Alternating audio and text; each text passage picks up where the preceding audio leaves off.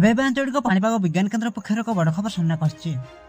ତେବେ ବର୍ତ୍ତମାନ ମିଳିଥିବା ସୂଚନା ଯେ ଉତ୍ତର ଆଣ୍ଡାମାନ ସାଗର ଏବଂ ଏହାର ପାର୍ଶ୍ୱବର୍ତ୍ତୀ ଅଞ୍ଚଳରେ ଆଜି ଏକ ଘୂର୍ଣ୍ଣିବଳୟ ସୃଷ୍ଟି ହେବାର ସମ୍ଭାବନା ରହିଛି। ଏହା ପ୍ରଥମେ ଉତ୍ତର ପଶ୍ଚିମ ଦିଗରେ ଗତି କରିବା ସହ ଅଧିକ ଘନୀଭୂତ ହୋଇ 23 ତାରିଖ ବେଳକୁ ଉତ୍ତର ପଶ୍ଚିମ ଓ ସଂଲଗ୍ନ ପଶ୍ଚିମ କେନ୍ଦ୍ରୀୟ ବଙ୍ଗୋପସାଗରରେ ଏକ ଲଘୁଚାପ କ୍ଷେତ୍ରରେ ପରିଣତ ହେବ। ଏହାର ପ୍ରଭାବରେ ଓଡ଼ିଶାର କେଉଁ ସବୁ ଜିଲ୍ଲାରେ ଅଧିକ ବର୍ଷା ହେବାର ସମ୍ଭାବନା ରହିଛି, ଏହା ସହିତ ଓଡ଼ିଶା ପ୍ରତି କେତେ ମାତ୍ରାରେ ବିପଦ ରହିଛି ସେ ନେଇ ଭିଡ଼ିଓରେ ସମ୍ପୂର୍ଣ୍ଣ ଅପଡେଟ୍ ଜାଣିବା। କିନ୍ତୁ ତା ପୂର୍ବରୁ ଭିଡ଼ିଓକୁ ଗୋଟେ ଲାଇକ୍ କରନ୍ତୁ ଏବଂ ଭିଡ଼ିଓଟିକୁ ଆପଣମାନଙ୍କ ସାଙ୍ଗସାଥୀମାନଙ୍କୁ ଅଧିକରୁ ଅଧିକ ମାତ୍ରାରେ ସେୟାର କରନ୍ତୁ।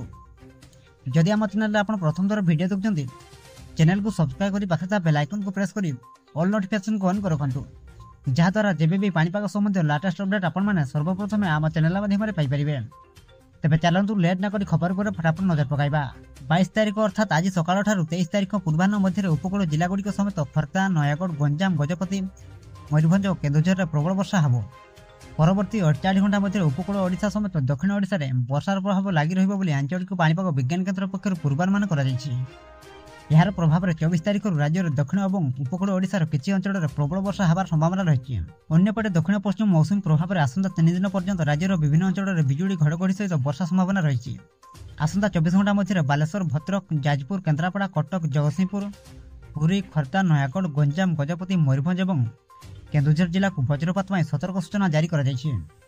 ସେଥିପାଇଁ ଆପଣମାନେ ଆଲର୍ଟ ରୁହନ୍ତୁ।